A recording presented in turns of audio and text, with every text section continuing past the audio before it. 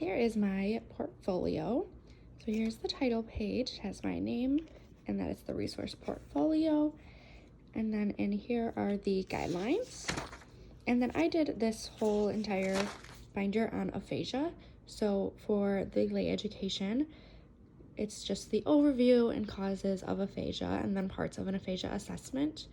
In the diagnostic section, I have the classifications of aphasia, a bunch of different quality of life questionnaires, and some diagnostic assessments and examinations.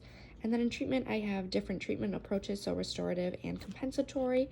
And then I have some pages on each of the different therapy approaches. And this is the longest section of the notebook. So go ahead into the lay education section. So on this section here is the aphasia overview from ASHA, and it gives different signs of aphasia, so talking and understanding. And then it gives different causes of aphasia, testing for aphasia, and also gives just a brief little section on treatment of aphasia. So then I also have tips for communicating with a person with aphasia. So just to help give some family members and other people some tips. And then here are the causes of aphasia, some communication problems, how like recovering with aphasia, incidents of aphasia. And then I have some aphasia statistics and just some additional facts and some therapies. And then it gives just a tiny little section on some therapies, and then we go into more into detail about them in the treatment section.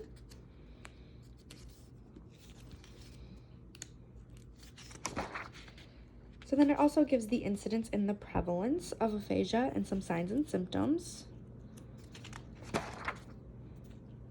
The roles and responsibilities of an SLP. Have some screening procedures and some like comprehensive assessment procedures. And then what is typically in an aphasia assessment, and what some assessment results can look like. And then we go into the diagnostics section. So for this, I have a classification of aphasia. So it gives if it's non-fluent or fluent, like we discussed in class, and then gives the type of aphasia at the bottom.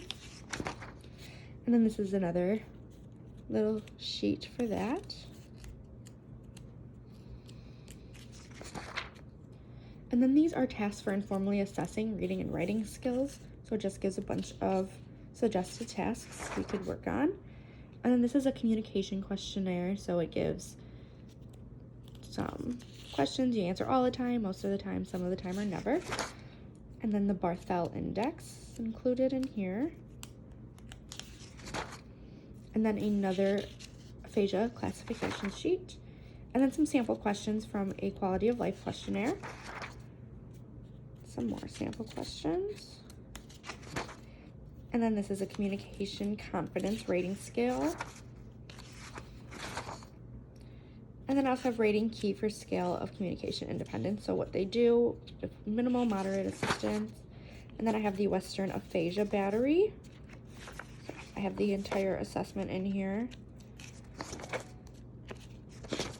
And then we also have the Boston is in here as well.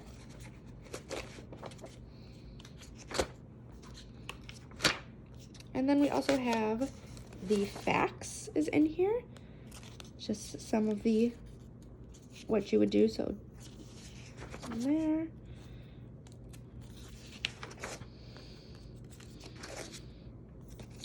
And then we have the treatment section. So in the treatment section, we have all of the different approaches.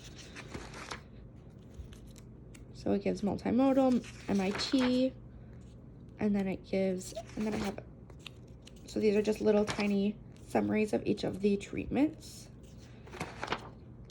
And then when we get to the back of this, then I have a whole little, a page on each different treatment. So this is multiple oral reading, and then oral reading for language and aphasia.